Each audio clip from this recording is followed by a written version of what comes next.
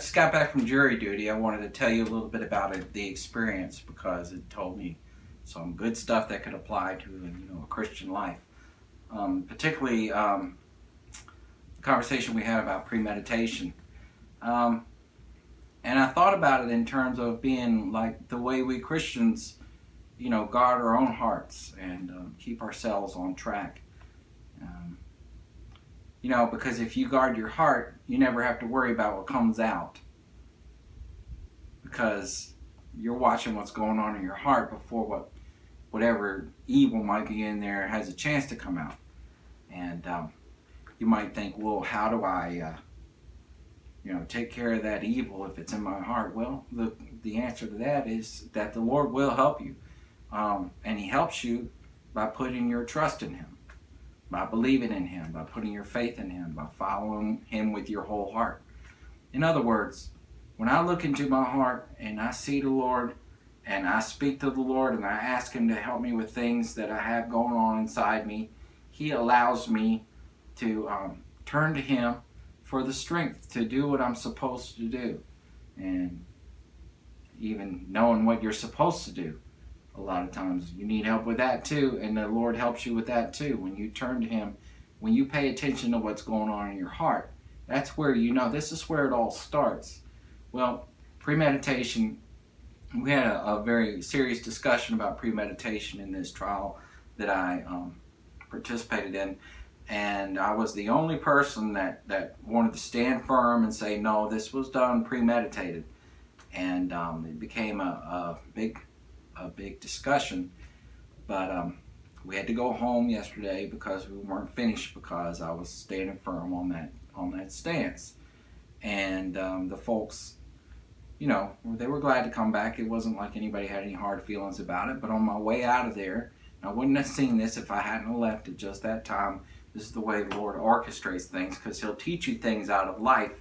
And it's very important because, see, the wisdom that comes from the Lord is greater than, the grad student that was there with me in the jury room, or the judge or the prosecutors or anyone else. The wisdom that comes from the Lord supersedes it all. Okay, I'm leaving.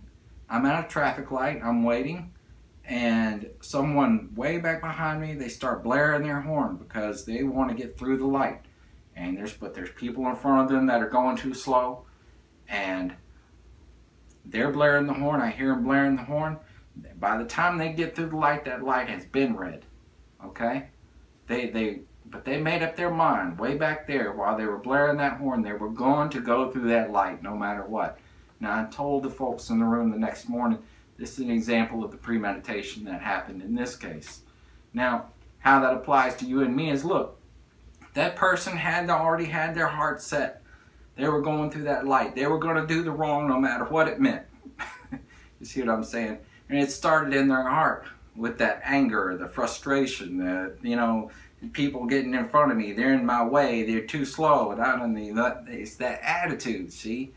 Now, you can preempt that attitude.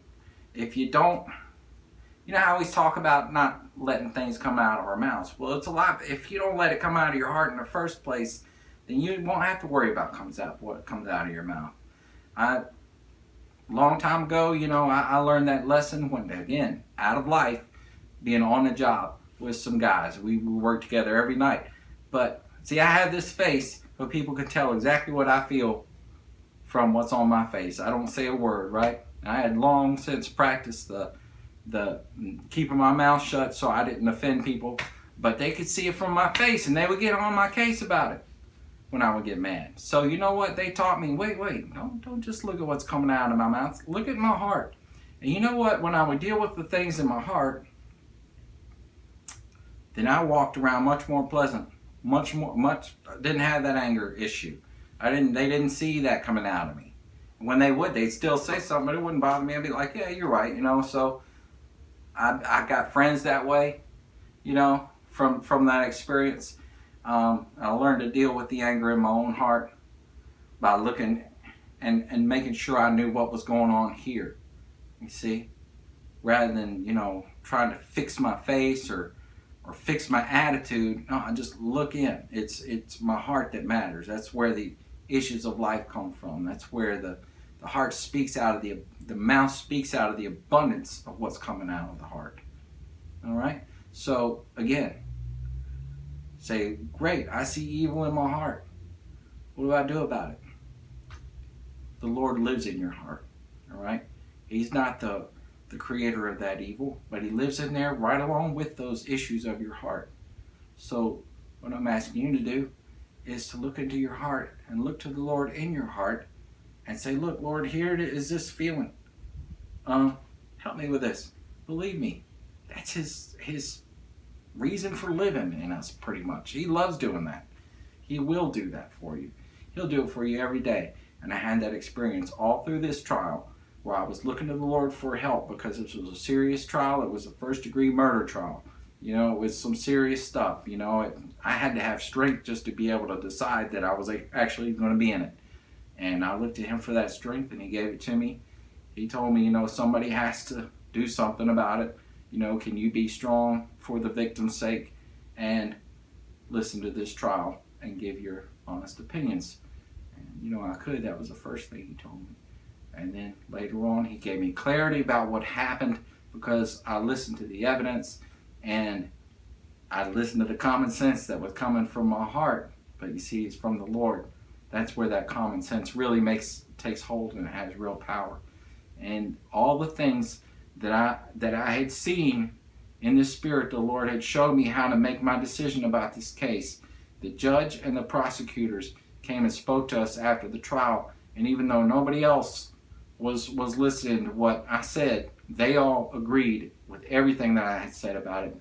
They came out with the same examples about the traffic light, about the husband going to, you know, kill the lover if he saw the woman and his wife in bed with the lover. You know, that was the example. I said, that's a heat of the moment. That's not what this case is. This case is premeditated. It's calculated. They had a real problem with that because they thought anger itself was a sort of premeditation. But no, that wasn't the point at all. The point is that the professionals, the people who had been doing this for years, they had this wisdom from their experience. The Lord gave me that wisdom when I turned to Him in a matter of just minutes. All right?